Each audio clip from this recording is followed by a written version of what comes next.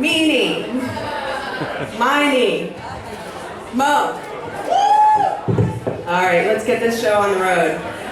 Thank you everybody for braving the blazing heat and the early morning to join us today for our 7th annual Fox International Press Breakfast. We're super excited to have the cast of The Walking Dead and Outcast here, along with executive producers for both shows. I'm not going to talk very long. I just wanted to give you a quick rundown of what's going to happen. We will be starting with a quick introduction from Sharon Tall, and then kicking off the panel. We are lucky to have Yvette Nicole Brown moderate for us today.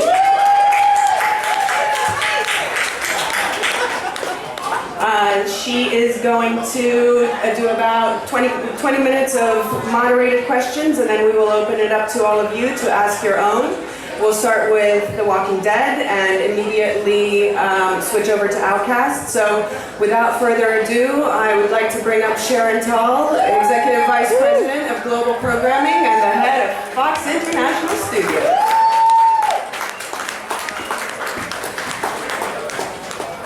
Not as high as the beautiful Alex Marinescu. Good morning and a big welcome to all of you. It's great to have you here at our 7th annual Comic-Con breakfast, our very relaxed and intimate gathering before the much less intimate and relaxing weekend for all of us. The international journalists that are here today have been with us from the very beginning. Seeing you guys on the rooftop here every year makes these annual breakfasts very, very special for us. So, what brings us to Comic-Con for the 7th year? At Fox, we are always looking for highly viral, original, and breakthrough series that will resonate with viewers all around the world and will trigger a global conversation across our 127 markets. If you look closely at our global slate over the past 4 years, which shows that include The Walking Dead, Da Vinci's Demons, Wayward Pines, and Outcast, from Robert Kirkman, from David Goyer, and from M. Night Shyamalan, one might suspect that we're actually working for Comic-Con. And if that was not enough, then we recently announced that we picked up the new Marvel and FX new series Legion as our next big global event. Legion is based on a Marvel X-Men character and comes to us from Noah Hawley, the creator of the Emmy and Golden Globe winning series Fargo. And if you know Noah, you should know that there's nothing traditional about this character or show. We're very excited about this partnership with FX and Marvel Television and already discussing the creative direction for the global premiere in 2017. So let's see a little trailer with our editorial direction that will explain why Comic-Con feels like such a home. We use and cast of The Walking Dead and Outcast, a lot of them. And our wonderful partners at AMC and Cinemax. Woo. The Walking Dead in its 6th season continues to being the world's #1 show, thanks to the show's producers, cast, and AMC, who never failed to keep the show's massive fan base on their feet, or on their knees in the case of the finale season of season 6. Scott Gimple, The Walking Dead brilliant yet somewhat sadistic showrunner, is here, and I'm sure he's very eager to answer all your questions about the finale. Scott, whatever you're doing, keep on doing this. The Walking Dead in its 6th season grew 20% in the international market, which tells you this show is not showing any signs of slowing down. I also hear that it's not slowing down with Republicans, but that's a different story. In June this year, together with Cinemax in the US, we brought the world Outcast, a new creation by Robert Kirkman and a new companion for The Walking Dead. The show's premiere delivered 26 million views on our platforms outside of the US and took over our social media platforms, a very exciting result to our first in-house production. Outcast is a horror series that lives in a small town in West Virginia. Kyle Barnes, our lead, starring Patrick Fugit. Patrick? Woo!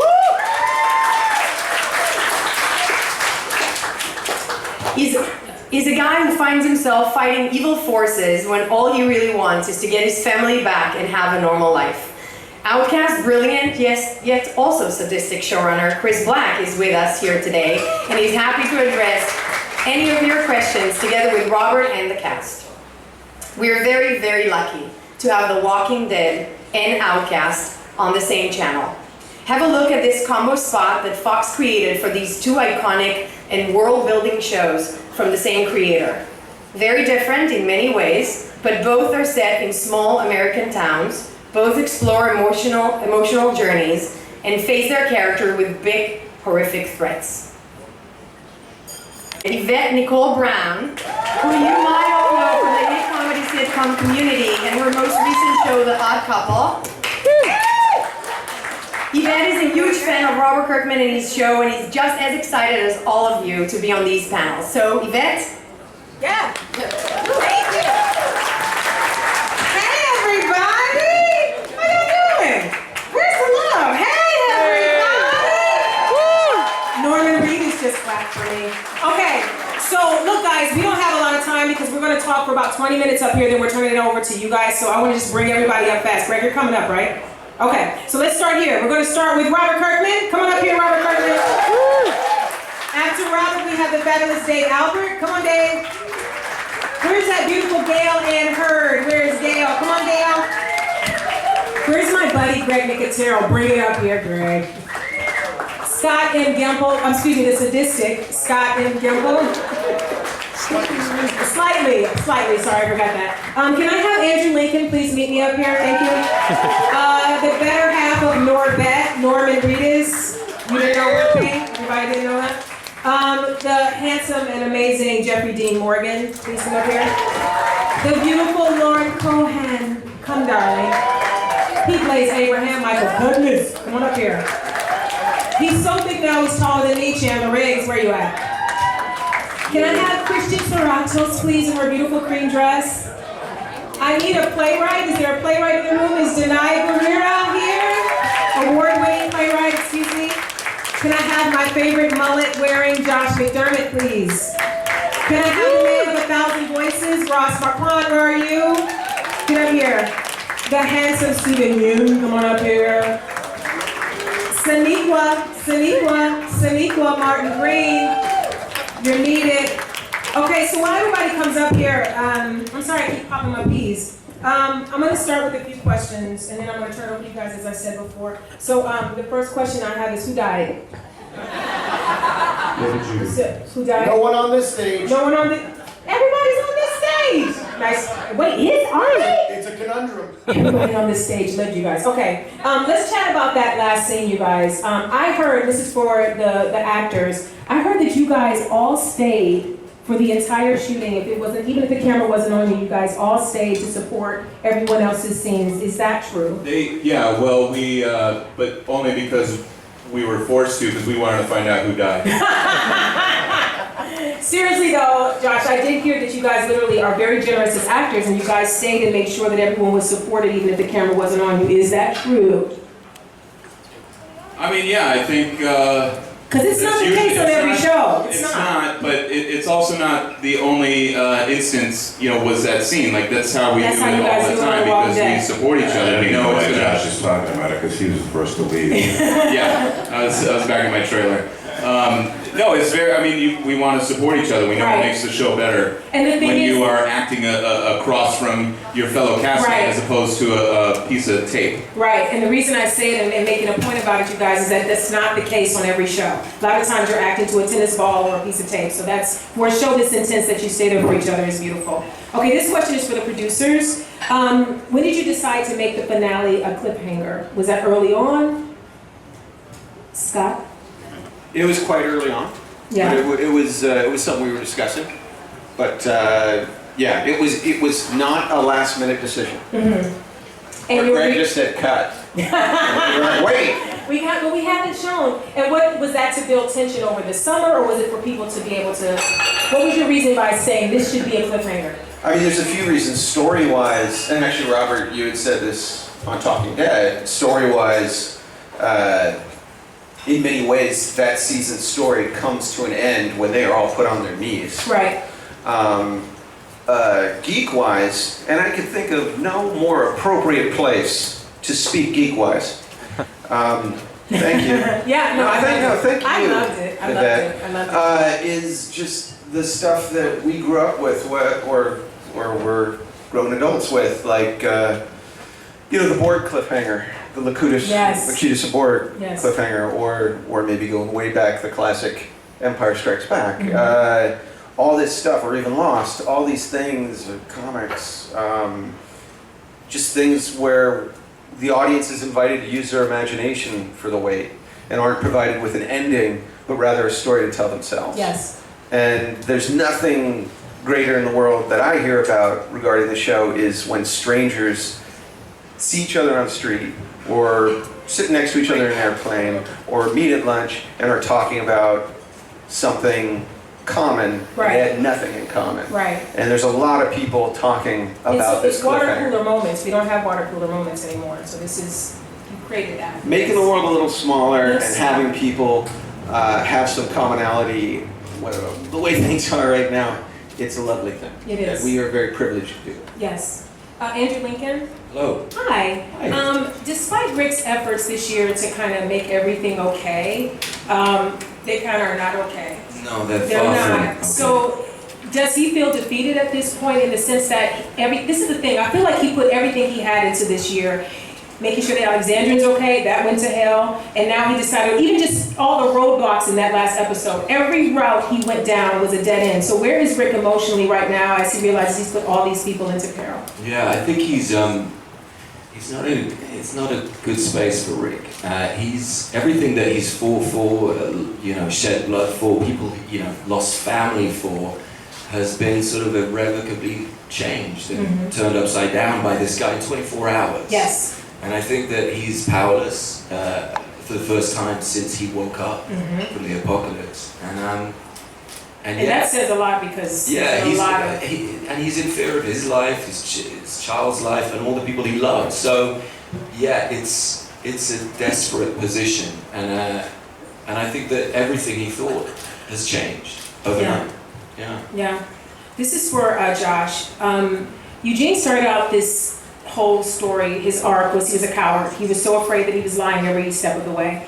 In this last episode, he's become brave enough to actually put himself out there as bait.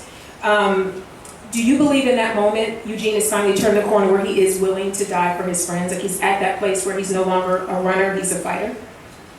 Yeah, I don't know that was the moment that he turned the corner, but that was just another moment for him to display that newfound confidence that he had. And that's exciting to see, a guy who I feel like represents a lot of what we would, most of us would be in the apocalypse if it ever happened. Yeah. Just someone with no skills and hoping someone protects them, Right. and they might die. And then to become this man of action, this man who will step up in the face of danger. And I think, in those situations, you have to continue to do that, continue to build your confidence. And I think that was just another step in that direction at that moment. Awesome. Jeffrey, Dean Morgan, you're playing a bad guy, sort of. You kind of killed somebody, possibly. In my mind, I'm in denial, so everybody's alive as far as I'm concerned. But you may have killed someone with a bat named Lucille. How does it feel to play that character, to come onto the show at this point with all these wonderful people that have been working together for a long time, and then to play a character that is going to take one of them away from us? Feels great.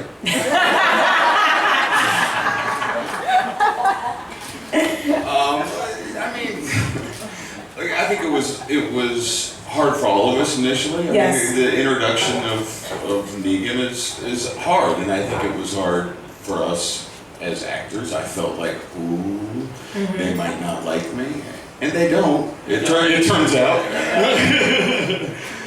But to play that role for me is kind of a dream come true. Delicious. Hey, oh God, it's the most fun I've ever had in my life, and that's fucking horrible for everyone saying.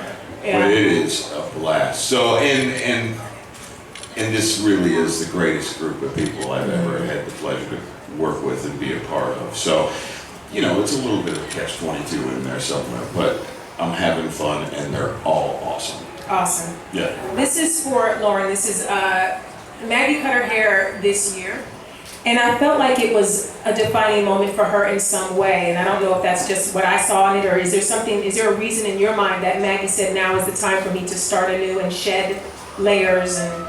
Yeah, precisely. I think it was a suit up. Getting ready. Yeah, and it's interesting, you know, at that point, I think the group felt that we had a handle on what was out there, and we were ready to move forward. Yeah. And sort of take control in a way that we wanted to. And interestingly, as soon as she gets prepared for that next stage, It's war. she falls into the pain that propels them on this terrible journey into the hands of this lovely man. Yeah. So I think there's a message in there somewhere. Maybe we'll find out what that is. But yeah, so yeah.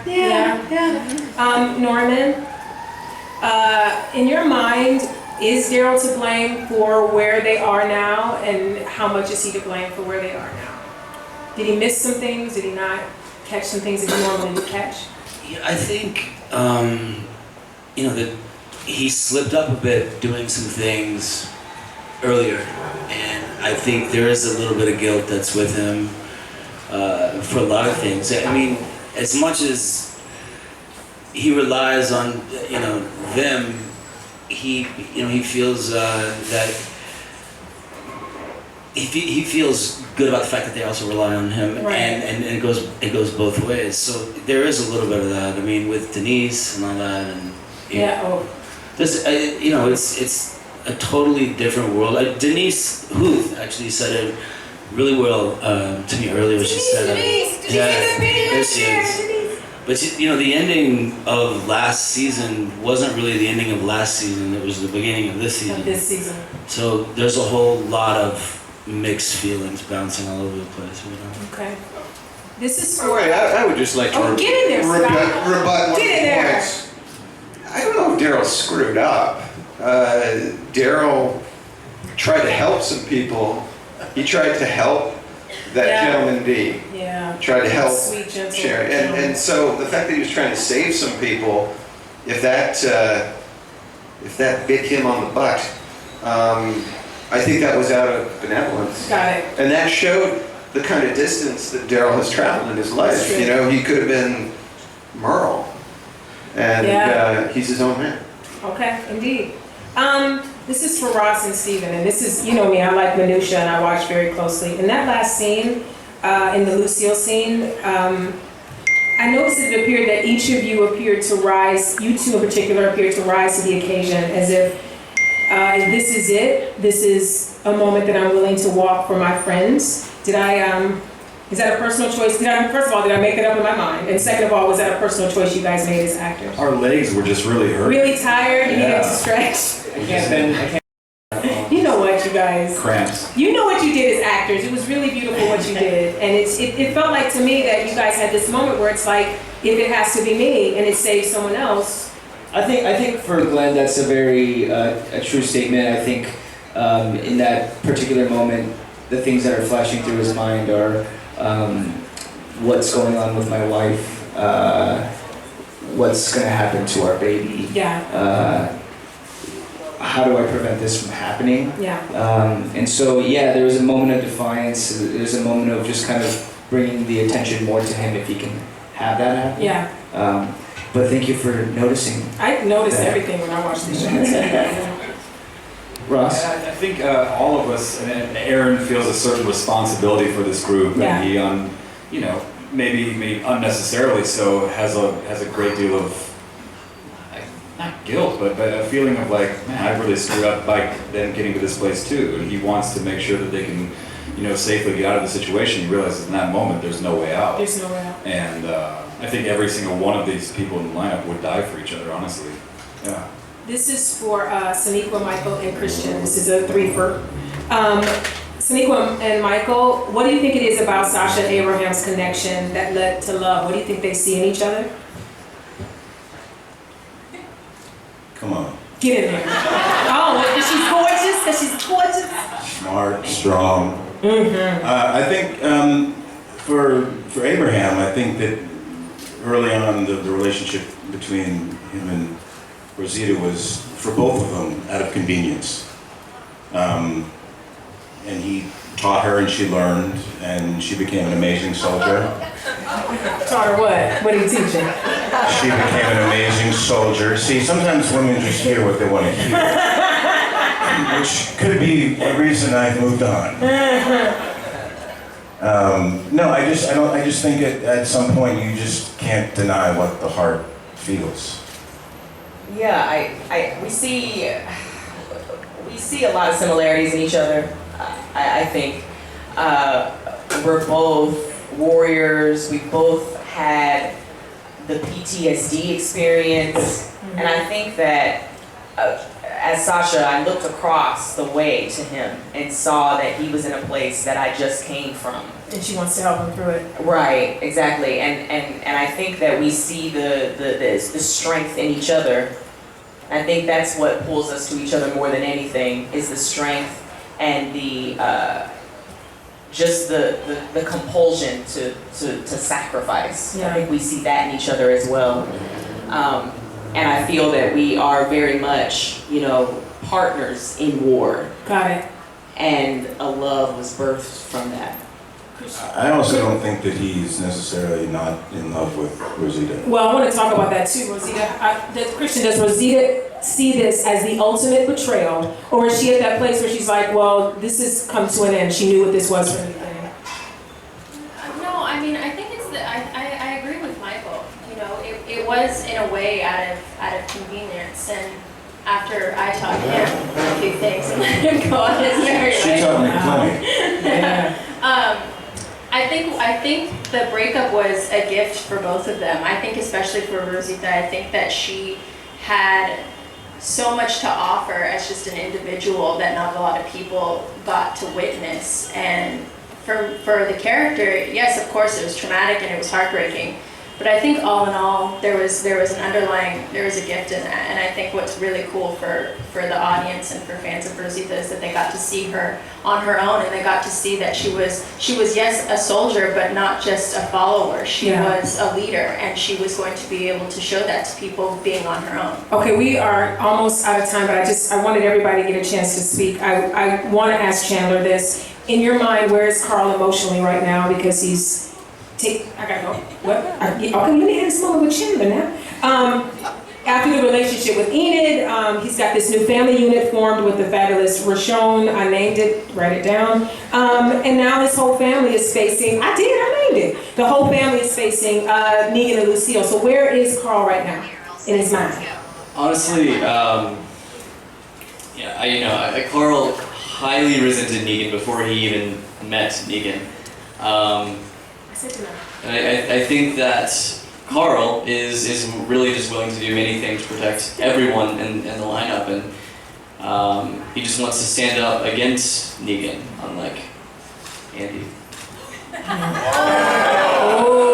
I mean, hey, did you see him in that last scene? Put that kid on a leash. See?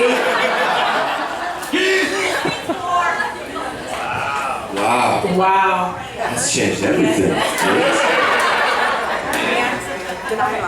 Danai. Hi, Danai. Hi. How was it doing this show and also being an amazing playwright at the same time? Go. Listen, I just felt extremely thankful. I'm a part of an amazing family, and the amount of support and love that I received from this family is overwhelming, and it fills me with astounding gratitude when you realize you are exactly where you're meant to be when you're with these people. And I can't even go into all the emotional, but they have been so amazing in so many ways, right from Mr. Tom Loose to every single person sitting here with me. And so it's been amazing to have support. Robert, it's the last question. Jesus alluded, not the Savior, but the one on the show. He alluded last season that the world is about to become bigger. So what new characters or faves from the comics can we expect this season, and what can Greg Nicotero create for us next? Ooh. Gosh, I want to just spoil it because it's gonna Spoil be it, come spoiled on. in like There's no an press hour or here. two. There's no press here, Robert. Scott's saying no. So it's the make stuff up. Yeah. Okay. Sure. No. There's all kinds of great stuff coming this season, and we got a big hint with. There's a hint in the trailer. No. There's a There's a hint say it in the trailer. Yeah, there's a hint in season 6. Where are Morgan and Carol going? Who are these knights that are showing up on these horses in this armor? I don't know what's going on here. And So if you've read the comic book, you're gonna We know, Gale, that we know already, right? Yeah. who knows? I don't know. Maybe. We know. Maybe there's going to be another character with dreadlocks on the show. We'll see. Oh, you know what? I had a friend that went in for a mystery character, and I told him who it was. Don't look at me, Scott. I do what I want. Okay, I'm going to turn it over after this last question to Greg. How long does a hero walker take to create? We're around hour and 45 minutes. Really? We did some amazing stuff this season so far. We're going to preview a couple walkers in a few hours, but it's been exciting. I mean, the writers come up with great gags, and we never do gore for the sake of gore. Right. It always filters into the story, and the fact that we collectively continue to keep coming up with stuff that we haven't seen before. I know we did a walker on Wednesday that my makeup crew came up and said, "This is the coolest makeup we've ever done." And by the way, they're nominated for an Emmy again this year. And our visual effects team. I do want to just say one quick thing.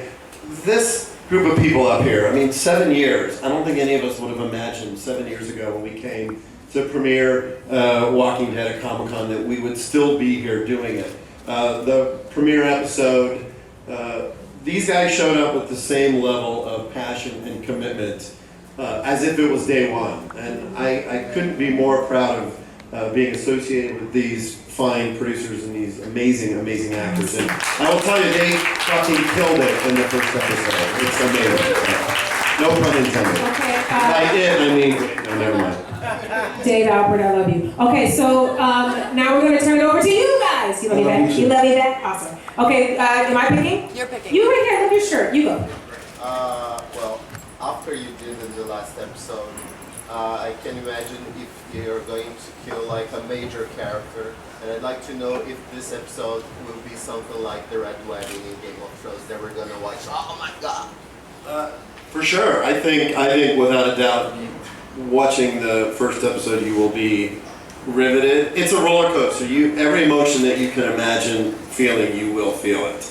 The fact that we led right up to that point with everybody on their knees and being completely broken, you think they're at the bottom, but there's a lot further for them to go. These guys, again, it was the hardest shoot by far that we've ever done, because it was just intense. Who else? You in the back by the curtains over there. Yes, you. Yeah, you.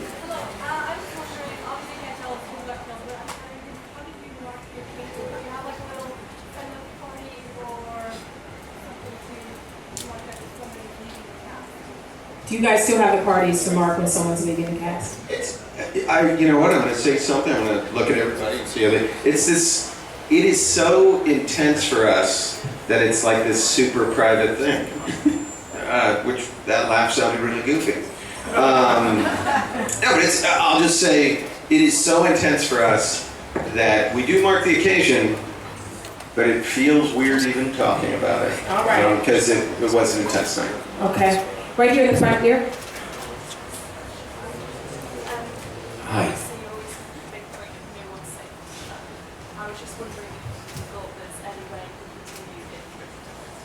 Yeah, no one's safe on the show. Could it continue if Rick dies? Absolutely. I think that was always the intention. I mean, I'm speaking on behalf of Robert Kirkman, but we can do it without. Yeah.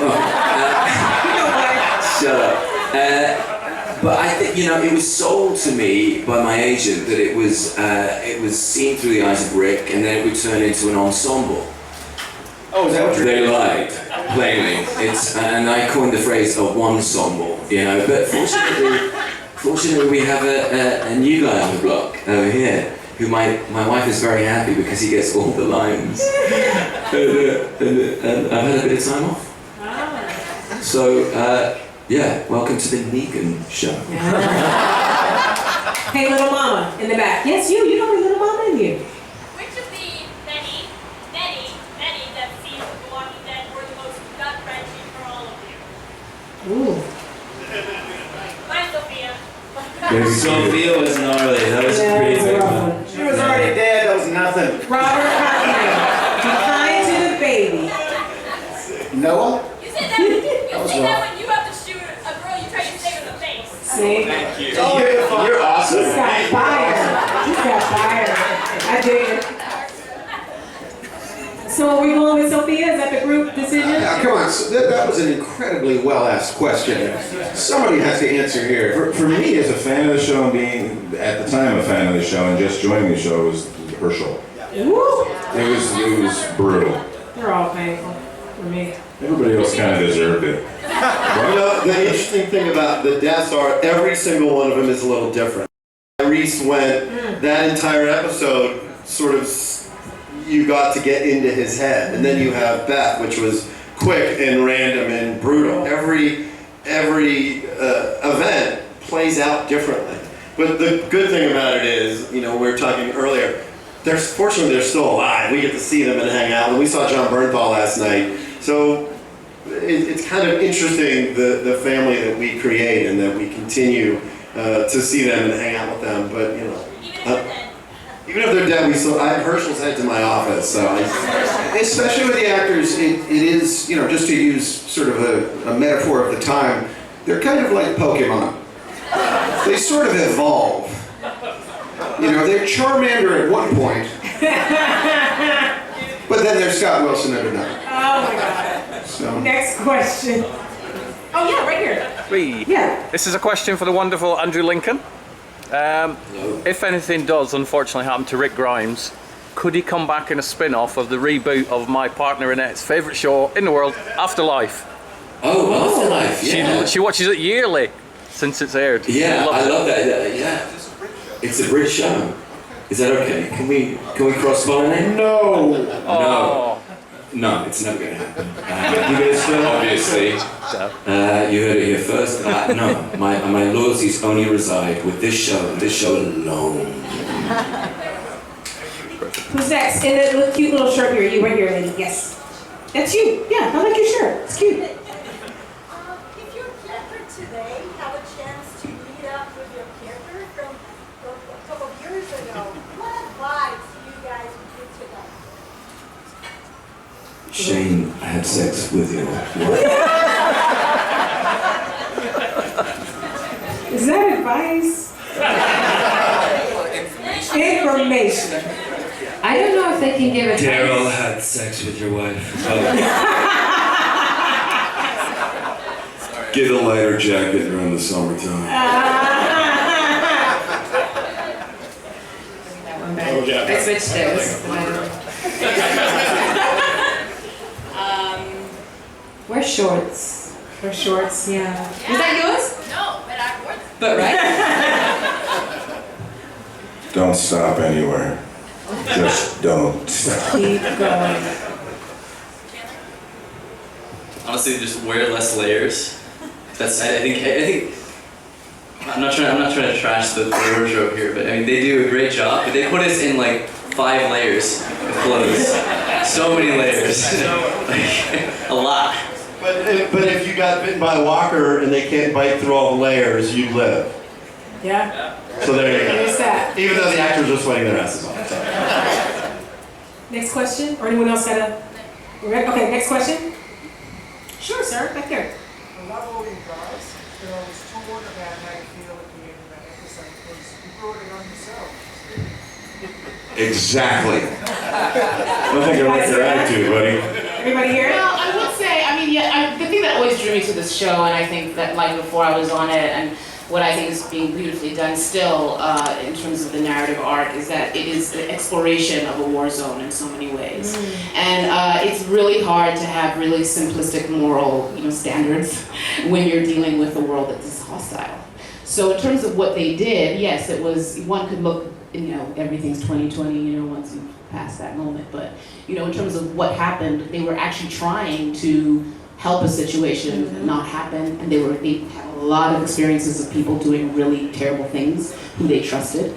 And they shouldn't have trusted these people, actually, so it was smart, but it was also, they didn't realize the magnitude of who they were up against. So I don't know, I mean, it's war, and it becomes a very tricky thing to be able to, sit in a cool room here and not be in the zombie apocalypse and say, y'all messed up, because what would you do? Right, and also, don't you guys think, press and everyone, through the eyes, you can take this trip through any other group of people and they would be a villain or a hero at different times. That's what I love about the show personally, that it's all perspective.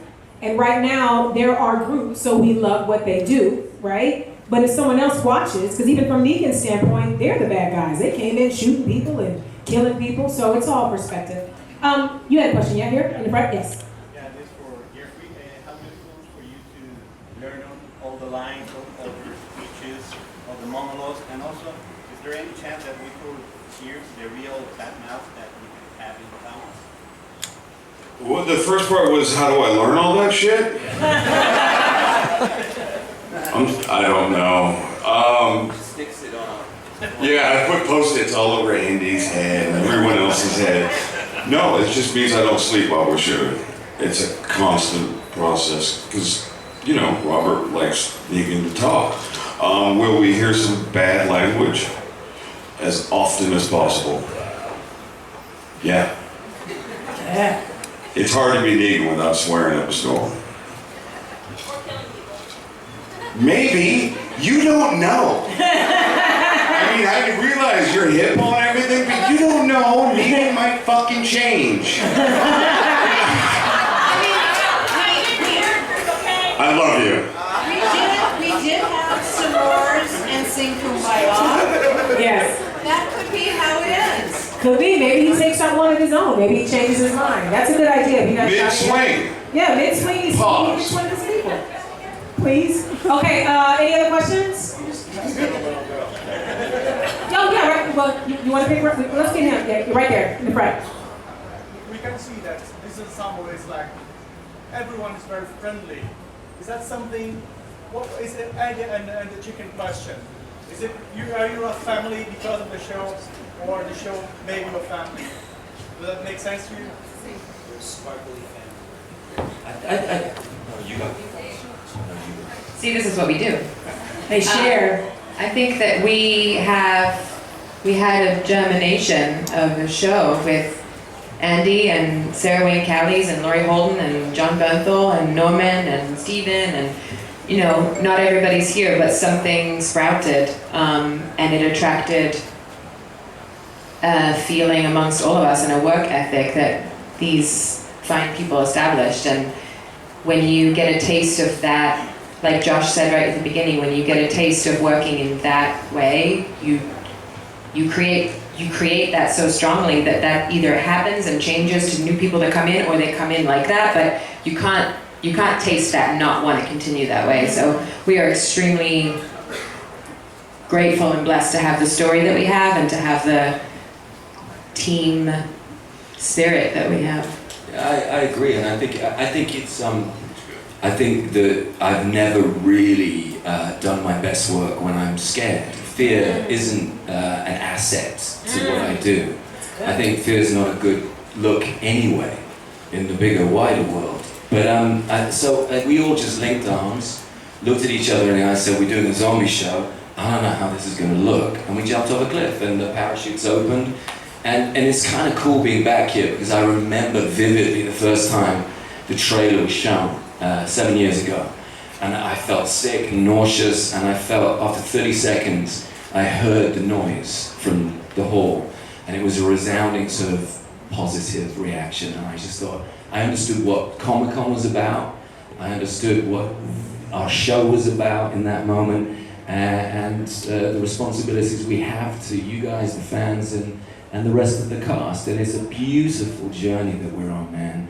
I love it, and I love the people sat either side of me.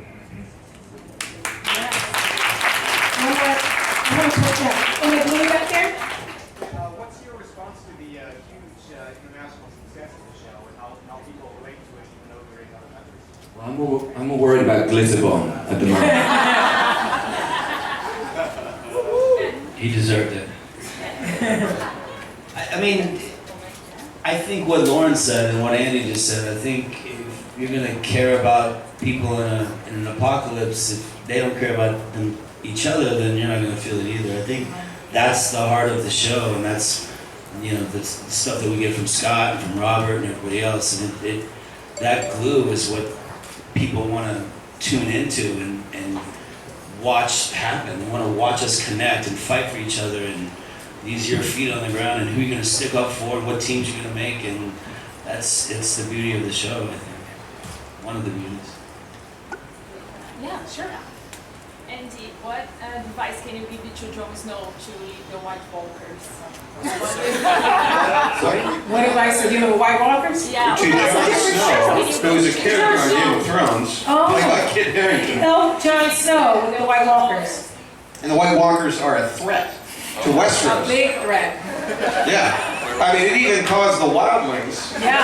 To join forces with people they Anyways, fight. thoughts? Help Jon Snow. Keep your head down. We're all infected. I mean, Well, how do you feel about Dragon Glass? Yes! Be the nerd catch you up in my are. hiatus. I haven't watched the show, I'm sorry. So he hasn't watched The Walking Dead or Game of Thrones. Norman, can I ask you something about your show? Right? Wait, is it about scandal? It's an awesome show. Can we expect a second season? Oh, the motorcycle show, right? I don't know. It's fun. I mean, this is my first priority right here. That is fun. Like, I got to do a fun thing, and I got to hang out with Peter Fonda, and it's fun. I hope so. I don't know. Will you ever do a sidecar episode and the idea of that sidecar? Of course you can. Yeah, absolutely. And you know this is legally binding. Okay, moving on. Next question. Let me get someone that hasn't. I'm gonna come to you if no one else has. No one? We have them right here, everybody. What do you want to know? All right. Okay. Yes, young man. My question is for Jeffrey. Of the cast here, he's the only one that I'm pretty sure didn't meet that end of the deal. So I was wondering if you could tell us how Negan's feeling going into season 7. The bat could have bounced off. Be careful, his shirt says spoiler TV. Ooh.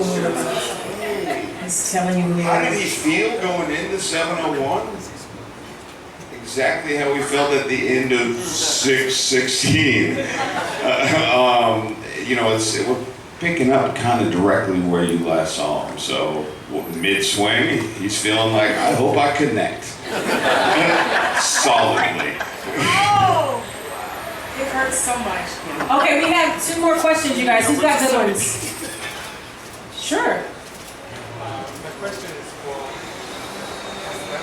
Yes. producers, out of you choose whatever you want to do in the show.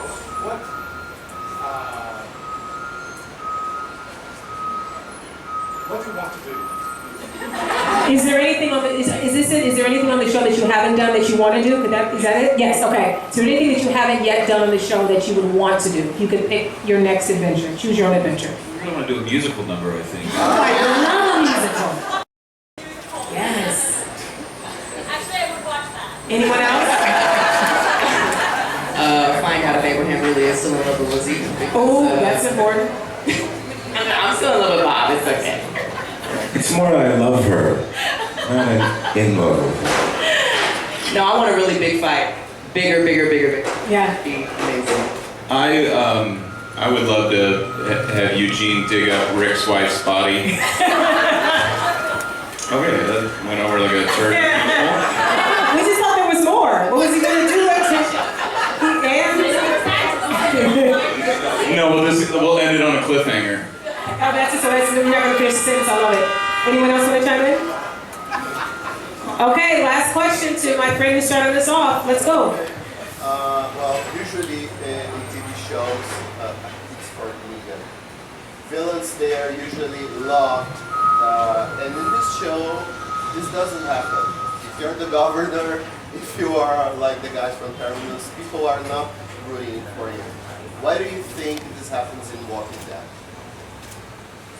Why do I think that everybody hates the bad guys? Yeah, in this show specifically. I think we're gonna break the mold on that one. Hates or loves? Well, I mean, someone was talking about perspective and who's a villain and who's not. I mean, I think from Negan's perspective, certainly he's not a bad guy. And I think what's different about him is kind of this charisma and sense of humor that he has, even though there is a sense that he could kill you at any given second. But there's something about him that I think may draw some of you in, that even if you hate him, he'll make you smile occasionally, I think. Norman? No, not really.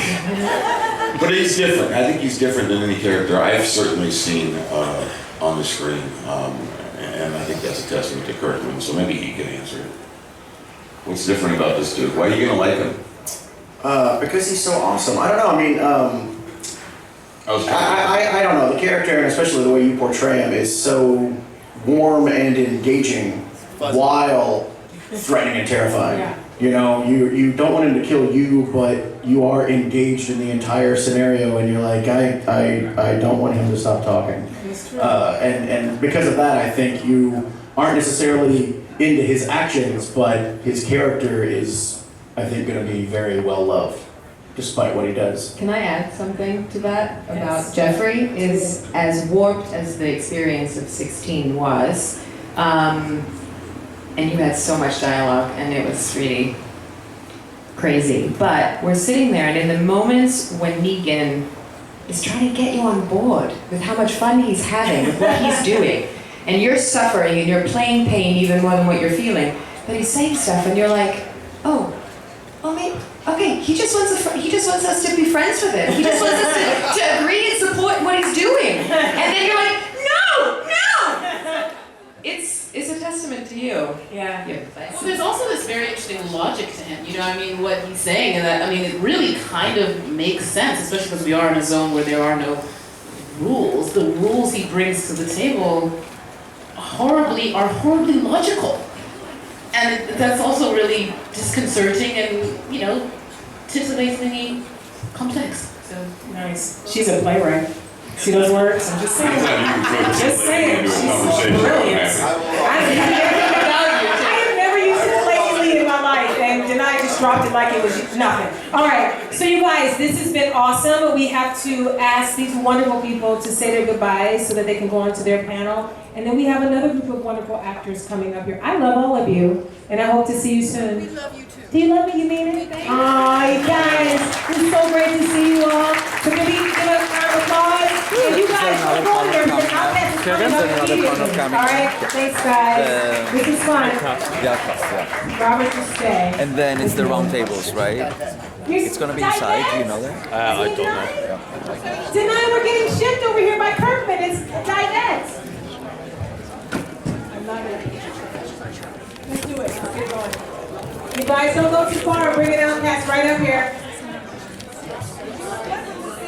I kind of do